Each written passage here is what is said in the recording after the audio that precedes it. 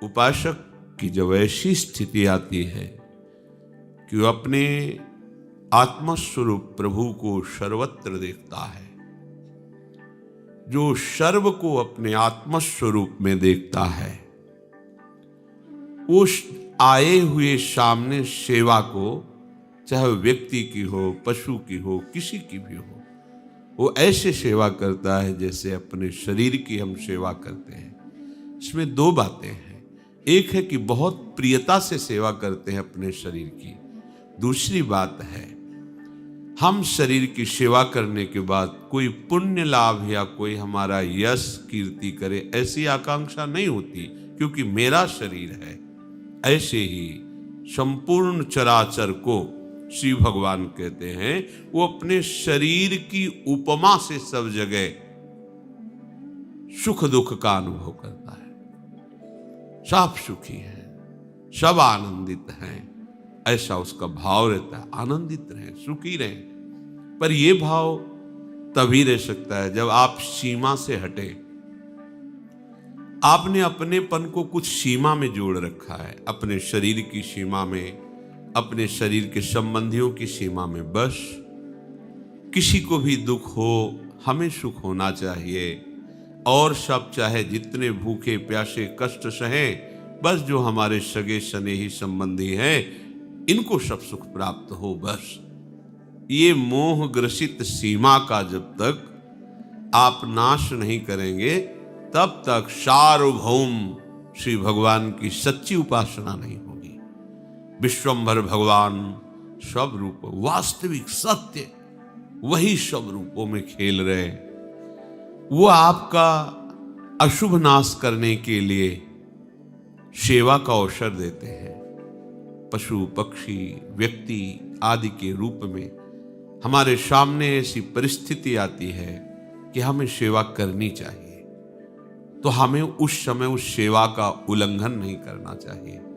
प्राप्त सेवा को भगवत कृपा मान करके, वो भगवत प्रसन्नता के लिए, चाहे वो कोई भी हो, कोई भी पशु पक्षी हो, मनुष्य हो, कोई सेवा के समय ये नहीं देखा जाता कि ये कौन है। भावना की जाती, मेरे प्रभु हैं, मुझे सेवा का अवसर दिया है। पर हमारी तो दशा ही कुछ भी अलग है। हम प्रभु की भी सेवा करते हैं तो सौदेबाजी के साथ, बिना सौदे के प्रभु की भी सेवा नहीं करते। कि देखो कैसी हमारी बुद्धि गिर चुकी है। बिहारी जी, आपके लिए फूल बंगला 5 लाख का बनवाएंगे, आप हमारा ये काम कर दीजिए। अब विचार करो, क्या तुम बोल रहे हो, तुम्हें समझ में नहीं आ रहा? ये रुपया ले लो, ये फूल बंगला बनवा दे रहे हैं, तुम्हें 56 भोग पवा देंगे, तुम ये मेरा काम कर दो। जैसे किसी आए व्यक्ति से कहा जाता है, तुम्हें 5 लाख रुपए देंगे, तुम्हें एक बंगला भी दे देंगे, तुम्हारी व्यवस्था कर देंगे, उस दुश्मन को मार दो, या अमुक कार्य कर दो, या अमुक कार्य कर दो। कौन हो आप? भक्त हो आप भगवान की सेवा कर रहे हो, अब भगवान की उपासना कर रहे हो कि उनको आदेश कर रहे हो? मालिक तुम बन गए अपने शरीर के, अपनी कामनाओं के। कहां हो तुम मालिक? शरीर पर तुम्हारा अधिकार है। जब जहां जो जैसा होना वैसा हो जाएगा, तुम रोक पाओगे? अरे प्रभु को प्रभु की जगह रखो, प्रभु को नौकर बनाने की कोशिश मत करो। प्रायः हम भक्त कहलाते हैं, हम सेवक कहलाते हैं, और स्वामी के साथ बर्ताव कैसा करते हैं? तुम्हें हम पाठ सुना देंगे, तुम्हारे मंत्र का इतना जप करेंगे, पर इतना काम करना होगा आपको। क्या है तुम्हारी बुद्धि? बोले फिर हमारा काम कैसे चलेगा? तुम्हारे मांगे बिना वो समझेंगे थोड़ी तुम्हारी बात। अरे अनंत माताओं में वात्सल्य समुद्र प्रभु का एक अंश विराजमान है। अनंत माताओं में वो अपने प्राणों की बाजी लगा करके अपने सेवित पुत्र की रक्षा करेगी। किस समय क्या उसको पवाना है, कैसे रखना है, ये बच्चे का विषय नहीं। बच्चा तो निश्चिंत रहता है, ये सारी चिंता मां को रहती है। अनंत माताओं का वात्सल्य प्रभु के वात्सल्य समुद्र का, अगाध वात्सल्य समुद्र का एक बिंदु है। ऐसे प्रभु को तुम्हें कहना पड़ेगा कि हमारी ये व्यवस्था कर दो। क्या समझे हो तुम प्रभु को? क्या समझे? तुम भक्त हो? विचार करना। देखो ये सत्संग है, अगर आप इसे ठीक से श्रवण करेंगे, मनन करेंगे, तो आप बहुत जल्दी जो साधनाओं से काम नहीं बनता वो इससे बन जाता है। इसलिए सत्संग के बराबर कोई नहीं साधन रखा गया है। तात स्वर्ग अपवर्ग सुख धरी तुलाय कंग, तूल न ताहि सकल मिल जो सुख लव सत्संग। हम प्रभु के हैं, इसकी पहचान यही है कि प्रभु की जगह केवल प्रभु होने चाहिए।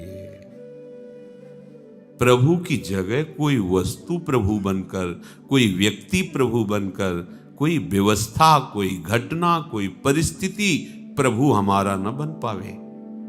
आप विचार करके देखो, क्या इतना सुरक्षित है आपका प्रभु का स्थान आपके हृदय में? यदि प्रभु को प्रभु की जगह तुमने विराजमान कर दिया तो प्रभु को कुछ करना नहीं पड़ता। अनंत शक्तियां हाथ जोड़े खड़ी रहती हैं। बिना आदेश के, बिना इशारे के हजारों शक्तियां उस उपासक की रक्षा और उसकी व्यवस्था करने लगती है। विश्वास कीजिए, यह सब प्रभु को आदेश नहीं करना पड़ता, अपने आप सब व्यवस्था होती रहती है। किसी चोर को दंड देने के लिए राष्ट्रपति का शासन लागू नहीं होता। राष्ट्रपति का फोन नहीं आता कि इसको पीटो, नहीं आता। अनंत शक्तियां अपने आप सब कार्यरत हैं।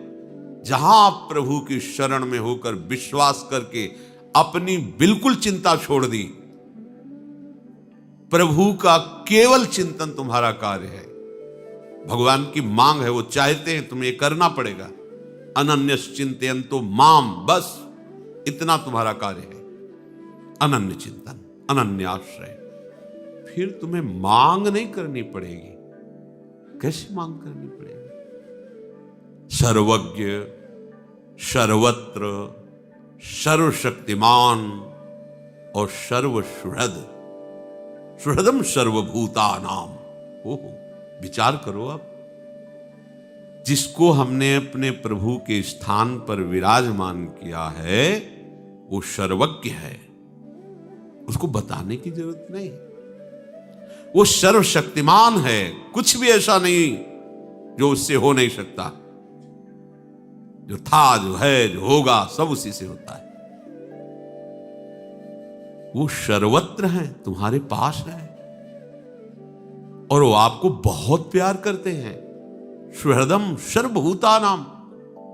फिर आपको क्या जरूरत है चिंता करने की? फिर आपको यह कहने की कैसे जरूरत पड़ गई कि हम आपको भोग लगा देंगे, आपका ये कर देंगे, आप हमारा काम ये कर दो? कितनी मंद बुद्धि है।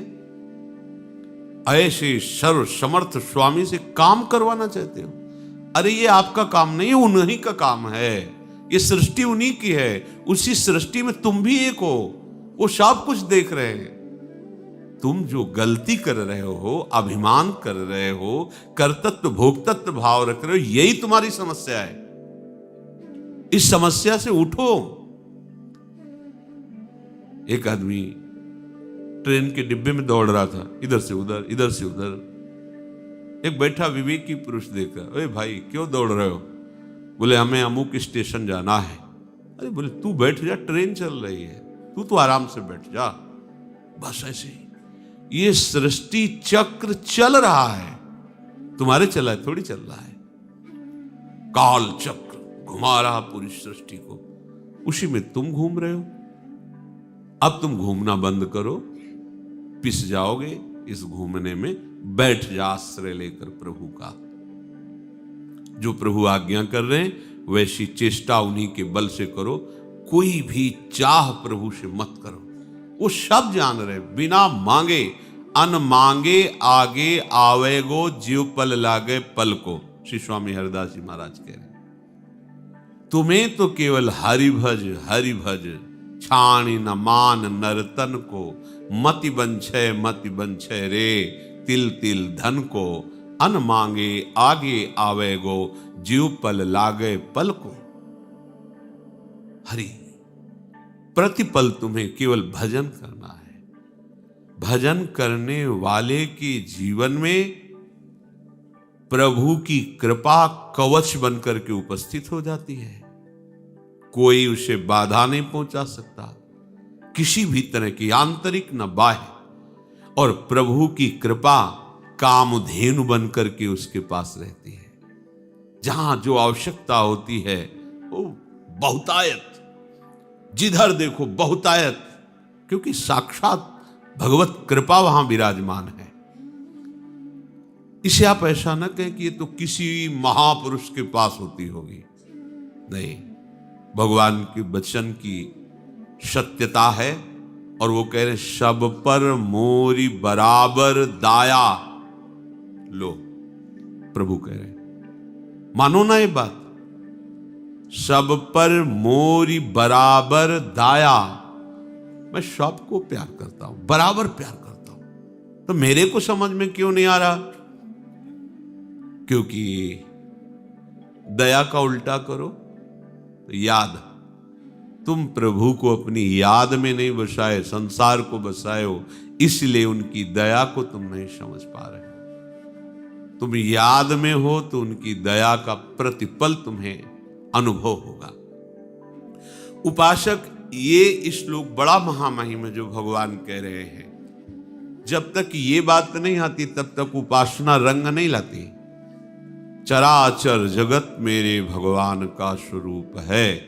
जैसे हम अपने शरीर के सुख दुख का अनुभव करते हैं, ऐसे सामने आए हुए जो भी व्यक्ति, पशु पक्षी, कोई भी, किसी को भी कष्ट है तो हम अगर कर सकते हैं, हमारे में है, तो हम उसकी उस दुख दूर करने की चेष्टा करेंगे, उसको सुख पहुंचाने की भावना में रहेंगे। पर ये तभी हो सकता है जब हम प्रभु को लेके चलेंगे, अन्यथा नहीं कर सकते। मैं तुभ्यम समर्पये, ये मेरे द्वारा आपको समर्पित है। प्रभु भ्रम हो गया था कि मैं मालिक हूं। मालिक नहीं प्रभु, मैं आपका सेवक हूं, केवल आपका। जैसे घर में एक प्रबंधक रहता है, ऐसे आपको रहना है।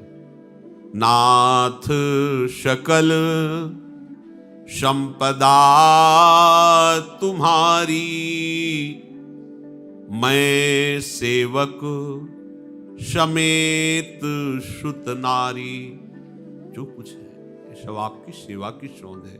नाथ, मैं आपका सेवक हूं। प्रबंधक, सेवक, मुनीम ईमानदारी से सेवा करता है मालिक की आज्ञा के अनुसार। वो मालिक नहीं बन बैठता। अपनी गलती को मिटाइए, अभी परमानंद की वृत्ति उदय हो जाएगी उनकी कृपा से। ये आप ऐचाता नहीं, ये मन की चंचलताएं, मन की विवशताएं बहुत विचित्र हैं, नहीं सह पाओगे। सीधे समर्पित करो, उनके हाथ में डोर पकड़ा दो। वो इतने बलवान हैं कि ऐसी लगाम खींचेंगे, सही मार्ग पर घोड़े चलने लगेंगे। बहुत कृपालु हैं, बहुत, कैसे बताएं। वो सच्ची कहते हैं, जो पढ़ा था शास्त्रों में, संतों के जीवन में, वो परम सत्य है, ये वो अनुभव करा देते हैं। परम सत्य, वो कैसे कृपालु हैं, आगे चलकर आपको पता चलेगा। केवल रोते रहोगे, उनकी कृपा को रोते रहो। हो इतना प्यार करते हैं प्रभु। अभी लगता है वो दिखाई तो देते नहीं, कहां प्यार, कैसा प्यार। वही वो हैं, वही वो हैं, दूसरा नहीं है। वो अनुभव में आ जाएगा। बहुत सी परेशानियां जो आप बोझा ढो रहे हैं, वो इस गलती के कारण कि आप मालिक बन गए हैं। तत्काल समस्त समस्याओं से निपटने का एक उपाय है, आप अपने को मालिक मत मानिए। जो भी है प्रभु को मालिक हैं, वो मालिक, बस हैं को मानना है आपको। सच्ची मानना समस्त समस्याओं से सुलझने का एकमात्र उपाय। प्रभु को अपना वास्तविक मान लो और उनकी जगह पर किसी को मत बैठा लो। फिर हम आपसे वही प्रार्थना करते, सोचो आप प्रभु की जगह क्या प्रभु के लिए सुरक्षित रखे हो? नहीं।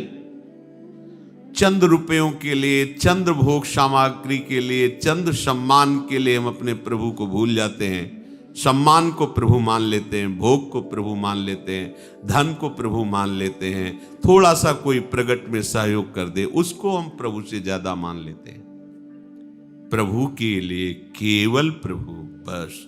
प्रभु माने तो स्वामी, स्वामी के स्थान पर केवल प्रियालाल, दूसरा नहीं।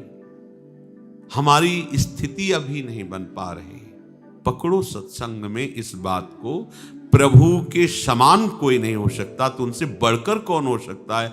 हम कैसे सेवक हैं, प्रभु को छोड़ देते हैं, विषय को स्वीकार कर लेते हैं। भूल गए प्रभु को तो बढ़कर हुआ ना विषय, भूल गए प्रभु को तो बढ़कर हुआ ना धन, भूल गए प्रभु को तो बढ़कर हुआ ना अभिमान सम्मान।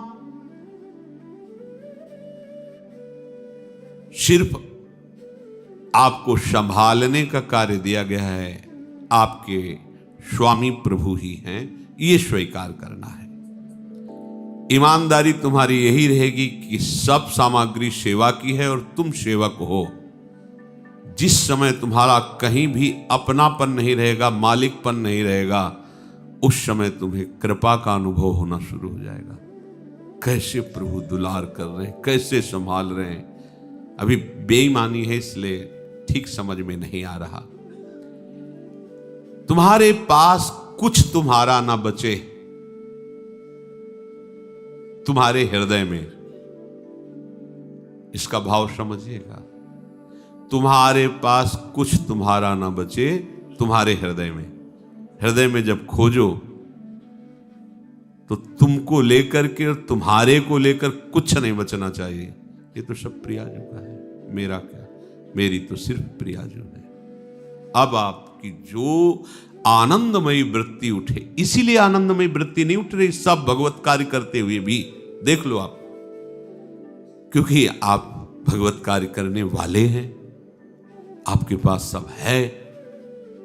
वो अभी बात नहीं, वो जो बात अध्यात्म की ऊंचाई पर पहुंचाती है, तो आप अपने हृदय में खोज कर देखिए, प्रभु के सिवा कोई नहीं होना चाहिए, ना मेरा ना मैं। बोले तो बहुत बड़ी बात है, इससे भी बड़ी बात है नाम। जब नाम को स्वीकार कर लिया तो नाम के आगे ये सब छोटी बात है। जब प्रभु आ जाते हैं, प्रभु की सारी महिमा प्रकाशित हो जाती, तो और क्या बात। अभी आप समझ नहीं पा रहे, ये जो नाम है ना, बहुत बड़ी सामर्थ, आप समझिए। ये नाम के प्रति जो आपकी महत्व बुद्धि नहीं हुई, इसीलिए रोना धोना है कि अरे हम ऐसा नहीं कर पा रहे, हमको समझ तो आती है पर हम चल नहीं पाते, क्योंकि हम माया में फंसे हुए हैं।